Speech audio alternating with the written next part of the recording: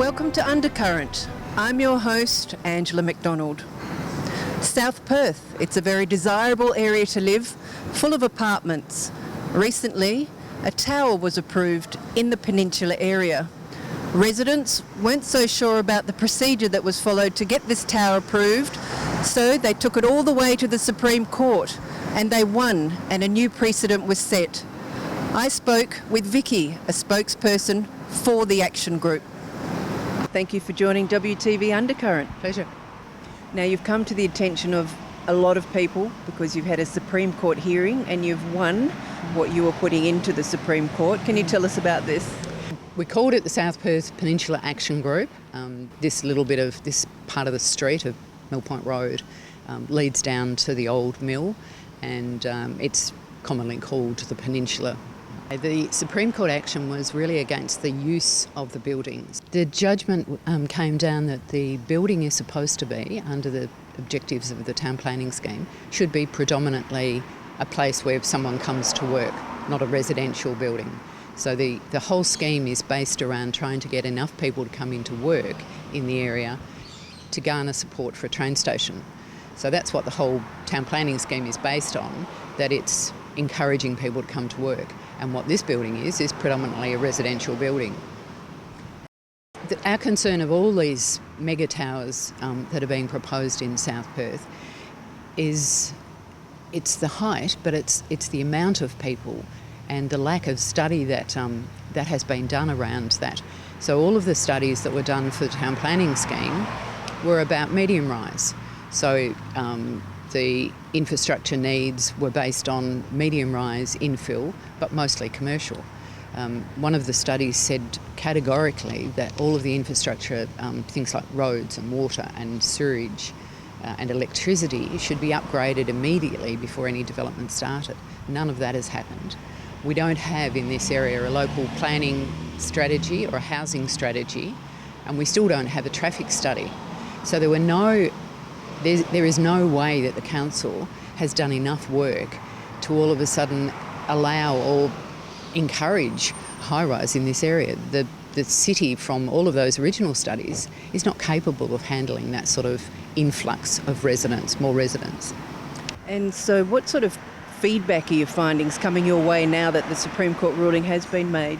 We've had enormous support from all over South Perth, in fact all over Perth, from people who are suffering the same consequences with ill thought out and improper planning. So we've had enormous support from residents. We may have had a lot of anti-support, dissatisfaction from the developers, which is understandable. They thought they were going to be allowed to build enormous high-rises, and those investors are probably very upset that they might not now be allowed to do that. And so if they do go ahead and modify their structures, how will the relationship continue with your Peninsula group and developers? Well, as long as, we're more than happy for development to happen here.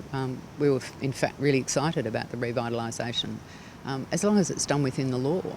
The developers are not above the law. They can't just build high-rise because they think it's a good idea. They're not the ones driving town planning in South Perth, and they shouldn't be the ones deciding what our future streetscape should look like. So step by step, where are you at now? The next step is really for the developer, because they now have to modify their plans in accordance with the law, and they'll come back to JDAP with that, and then we have an opportunity to make deputations again. But we're more than happy for them to build a development here. It just has to be within the law. And so with the Supreme Court hearing and the findings, has it set a precedent? It certainly has. There's a lot of groups within Perth who are suffering the same fate by these JDAP approvals, and they're very, very pleased with this Supreme Court decision, because it's vindicated our concerns that JDAP are not listening to the community. They look at one individual building, not where it sits in the community and not how it blends in with the streetscape. They just look at one building in isolation. So it's not proper planning. It's not what planning should be. Town planning says that new buildings should blend in with the existing character of a community. And quite often these are ugly, revolting, zero setback things that bear no resemblance to what's already here. Well, we've got a fairly large group of supporters. We don't have a very formal membership, but we've got over 1,000 people on our email list who have asked to be kept informed and want to help. So there's, more than 1,000 people. And then there's the wider DAP affected groups, and there's 30 of those across Perth who've been very supportive as well. Cottesloe Beach is in its 12th year for Sculptures by the Sea. Running between the 4th to the 20th of March, it's said that over these 17 days, up to 220,000 people will flock down to the beach to look at these sculptures.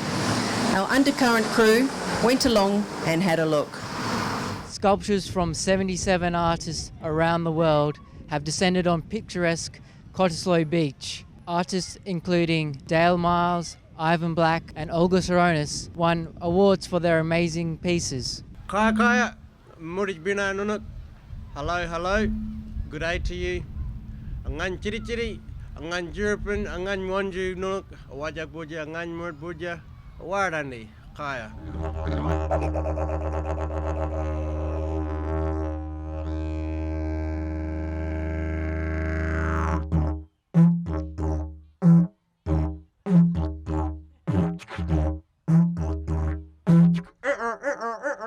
Thank you very much, Jane, and to Olman Wally, thank you for your welcome to country, and I also acknowledge the Noongar people as the traditional custodians of this land. To Mayor Joe Dawkins, Kelly Parker from Rio Tinto, David Handley, distinguished guests, particularly artists and ladies and gentlemen. It's always wonderful to be here at Cottesloe, as I have been on many occasions over many years over my lifetime, but particularly for the annual Sculpture by the Sea exhibition, this being the 12th. From the state government's point of view, I'm pleased that the government has been a sponsor since the exhibition began in 2005, and that is continuing this year through Tourism Western Australia and the Department of Culture and the Arts. Sculpture by the Sea has become a very important part of Perth's cultural landscape, which I think you would all agree really is blossoming, with a large degree of public interest in the wide variety of arts, visual, performing and otherwise in Western Australia. And we've seen that just in the last few weeks with the Fringe World Festival and still underway Perth International Arts Festival continuing to shine. The exhibition also has a strong international flavour, with 77 artists from 19 countries taking part this year. And as we've heard, one of the highlights will be the Chinese performance artist Li Wei, who I'm pleased is here. It is my very great honour to be able to announce on behalf of the judges and the organisers that the WA Sculpture Scholarship prize of $10,000 is being awarded for her work, Mountain of Words, to Olga Saronis.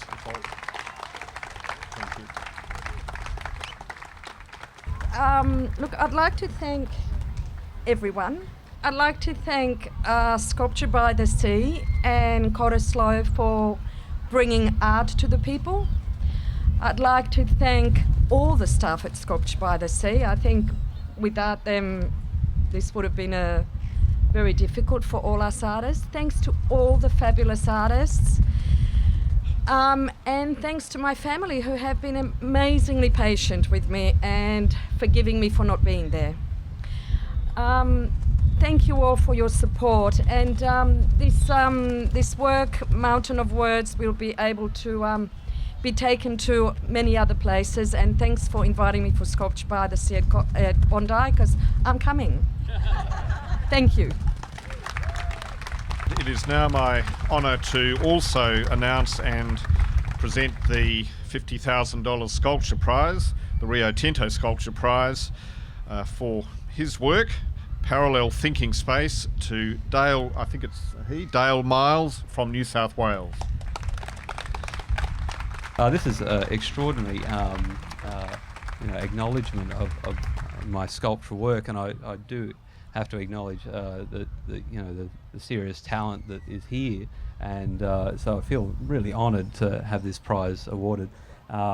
I'd like to thank very much Rio Tinto for their sponsorship, and of course all the sponsors at Sculpture by the Sea, and for David Hanley especially for his vision and leadership in this, educating wider audience on sculpture. It's really become a major force in Australian cultural life. Yes, I don't know. I'm dreaming right now. I'm just going to leave it at that. Thank you very much, everyone. Cheers. It was my first time exhibiting here. I came with a completely open mind. I had no idea what to expect, and I couldn't be more delighted with how it's turned out. It's been a real roller coaster. I designed and made the piece at home in Wales, where I live, which is a very rural part of the United Kingdom. I also live by the sea. It's very beautiful, but we don't quite have your weather, unfortunately. The yellow of the sculpture against the blue of the sky is just really doing it justice, and the wind has got it absolutely flying, and it's just a real honour to be here. What it is, it's essentially what I call a relief sculpture in the round. I know that's contradiction in terms. However, I have been looking at relief sculpture from the Renaissance for many, many years and studying it and trying to unveil the tricks that are used there. And to do that, if you put it in the round, the viewer can see those tricks more readily. And so that's what I wanted to share, really, all these sort of findings that are somewhat hidden, so that the viewer can enjoy them as well. There's essentially ways of seeing that excite me. On the 17th of March, for the first time, we're going to have beach wheelchair matting on Cottesloe Beach, probably south of Indiana's. Stay tuned for some more information on that next week as we fine-tune the details, but thank you to Iluka Resources for making that possible. The whole idea of Sculpture by the Sea as a free-to-the-public exhibition is just a gift to the people of Perth and its visitors. Free-to-the-public events just sort of make you feel a bit better about yourselves. It adds to the sense of community, and we hope that everyone feels that who comes to Sculpture by the Sea. And if you don't think you like art and you don't think you like sculpture, I put my bottom dollar on it that you will love something at Sculpture by the Sea. Over 200,000 visitors are expected during the 17 days of the exhibition, which ends on March 20th. This is James Rogers reporting for Undercurrent. According to recent reports, Perth has the highest crime rates in Australia. We need to hit the streets to find out from you your views on this and how we might be able to reduce the crime rates. The state opposition is demanding the police commissioner and minister be held to account for Perth's continuing crime wave. She has blamed a new police model introduced under his watch for rising crime rates. It's a failed model. It may have worked in some small policing districts in the UK, but it's not working here. WA is a crime capital according to the news. Today we asked West Australians if they feel safe staying in Perth.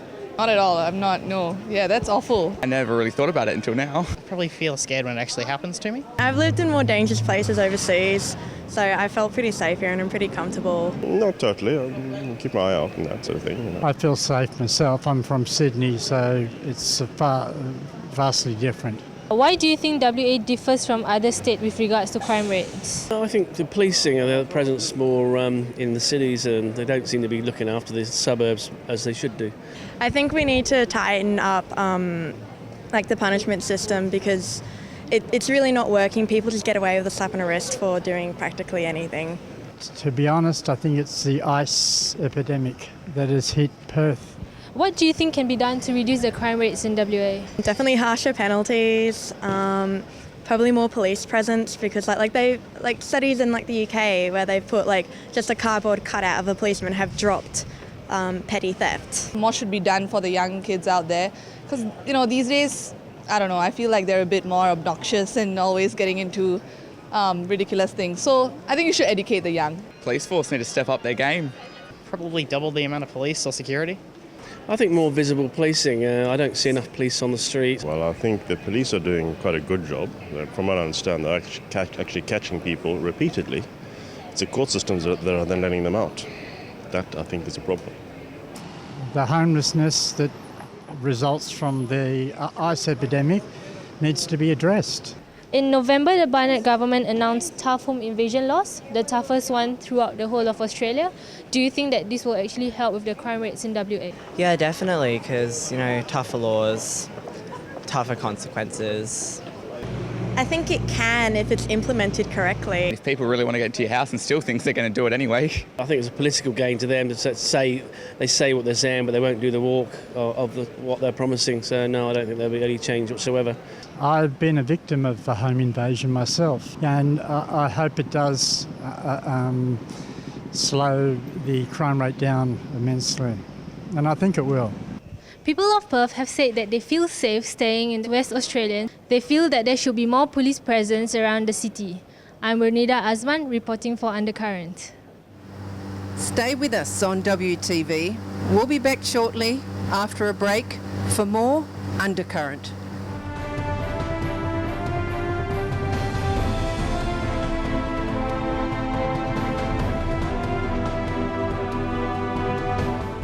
The West Australian Screen Academy at Edith Cowan prides itself on its students being industry ready. The reason being hands-on experience. I went behind the scenes to see how they started off the year.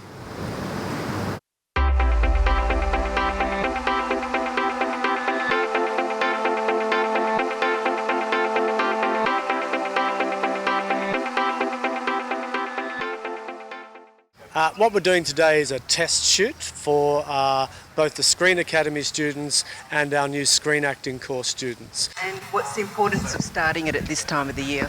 If everyone gets to know the protocols and the rules and the coverage very early on, it'll make shooting our films later in the year so much easier if everyone just understands the systems that are in place. And can you show us the different groups that are here today? Yeah, over here we have the Screen Acting students, and they're just kicking off this new course, a Screen Acting Diploma. We're using them as extras on this shoot. You can see them sitting around here underneath the trees.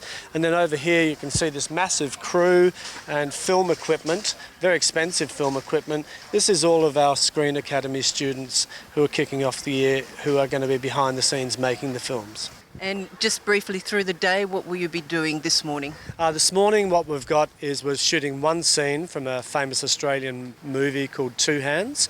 It originally starred Heath Ledger, and I've got a couple of student actors acting out a scene. We've got a terrific crew where we're doing tracking moves and different shots, and then later in the day we've got 6 different teams cutting or editing the scene together, so we'll be able to see the different ways in which that footage is realised. Once that's happened, we then bring the heads of the essential crew in to have a look at the scene, to see what the action of the scene is, what's going on in the scene. Then Andrew will tell me what his shots are. I will then tell the crew what the shots are and what order we're doing them in and how we're going to approach it. And then we'll start setting up for the first shot.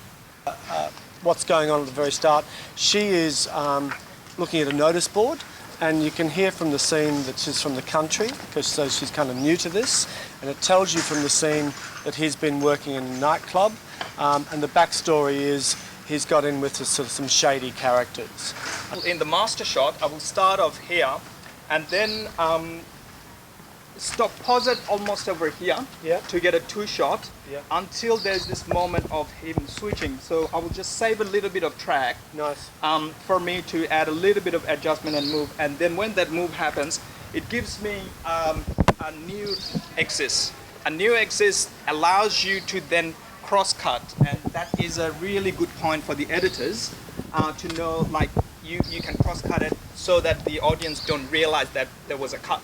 And how long have you been involved with the WA Screen Academy and WAPA? This is my 10th year as Head of Performance at WAPA and Associate Director of the WA Screen Academy. I'm very privileged to be here. It's a great position. Rolling. Speed. Scene 1, shot 1, take 1. Lock it.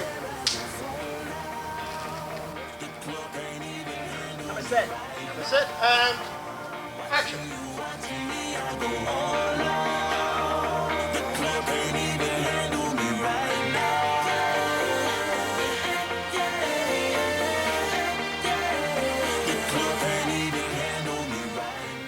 At the end of the day, the DP's job is to serve the director's vision, and that's what I'm doing here today. And what have the students got in store for them for the 2016? We've got a great raft of films. We're doing 6 films later in the year with our third-year acting students, but lots of collaborations with the new Screen Acting Diploma course. And the industry that you're building here, what sort of footprint are you hoping to make in Western Australia? Oh, I think the future of our WA filmmaking exists right here, right now. These students have so much passion, so many stories to tell. But the big thing is it's about team building and collaborating with each other. So it's ever expanding? Yeah, we're thrilled. We think we've got a really expanding course, cohort of students. And what's really brilliant about it, once the students learn the fundamentals, they can make films on their own. You know, they can shoot on an iPhone now, they can edit on their MacBook Pros, Final Cut, so yeah, I just want them all to be collaborating, making films together. That dream became my passion. So I got the best training I could find.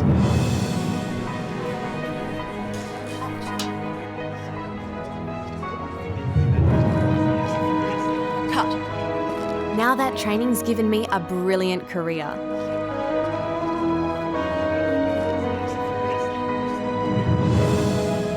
All stories have a journey. Begin yours at the WA Screen Academy. WA's credit rating has been downgraded and the government is looking to privatisation of Western Power's poles and wires. The Australian Services Union thinks that this will increase prices and lower the quality of services. Tibor went to find out more. Hi, Jill. We are in the wonderful Perth. Yes. And we got in the background Western Power. And Western Power is the next venture of the state government to sell.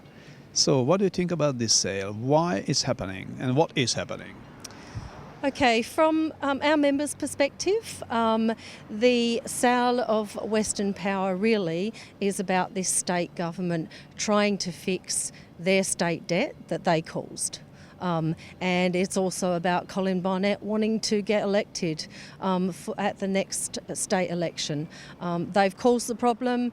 They now feel like they need to just sell the assets in order to fix the problem. And that's not a solution to our state debt, and it certainly isn't a solution for our members because it potentially could see our members lose substantial jobs because if it's sold to a private company, basically what will happen is that private company will only consider the profit margin. And so what they're doing is a short-term fire sale that will, at the end of the day, mean that prices will rise, that standards will drop, and we potentially could see jobs going offshore, admin, customer service jobs that are easily offshored in a state where we have rising unemployment. That's unacceptable to our members. So you think Colin Barnett is that naive? He thinks the public of Perth and West Australia will take his claim on falling electricity prices if it's private and achieving success. So, and he gonna be elected because people eating this thing, what he say? Well, I'm hoping that the West Australian public will not actually be fooled by these statements. I'm hoping that West Australian public will come on board with the ASU and ETU campaign to stop the privatisation of West Australian assets. We have a campaign currently running called the Use Your Power campaign, and I would encourage your watchers to go on and look at that website and look at the Facebook page. There is a great deal of information on there from our brother and sister unions over east where privatisation just has not worked. So what is the plan? How do you want to mobilise our audience or the population of Perth to don't let the government to sell the assets or infrastructure? All right, so the first stage for us is for the community of Western Australian people to go onto the Use Your Power website and engage in sending an email to their MP and telling them that this state government does not have a mandate to sell Western Power or any of our assets. What do you mean not have the mandate? I mean, Colin Barr said he's been elected, he is a democratically elected government, and he do whatever he feels good for the electorate. So he thinks he got mandate for anything and everything. Of course, but that doesn't make it true.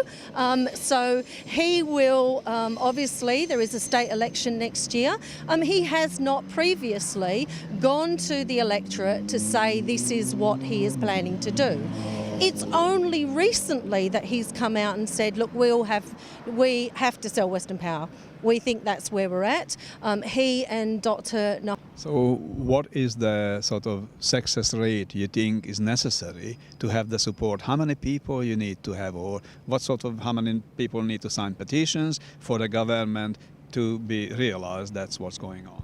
So this is a campaign that's going to build over a period of time. It's in its infancy at the moment. The state election is not until next year, but it is building. It's building substantially. And over the next 12 months, we are going to ask the West Australian public to go and tell their politicians that this is unacceptable, to a point where hopefully they are all listening to what the West Australian public says. Ultimately, though, Tibor, it's what happens at the election, and if the West Australian public vote a Barnett government back in with this mandate, then we have been unsuccessful. But I am very, very hopeful that the West Australian public will not do that. Jill, good luck for your fight. And I will hope the people will understand what's the stake. Sure, thank you very much for your time. You've been watching WTV's Undercurrent. Thank you for your company. Take care, and we'll see you next week.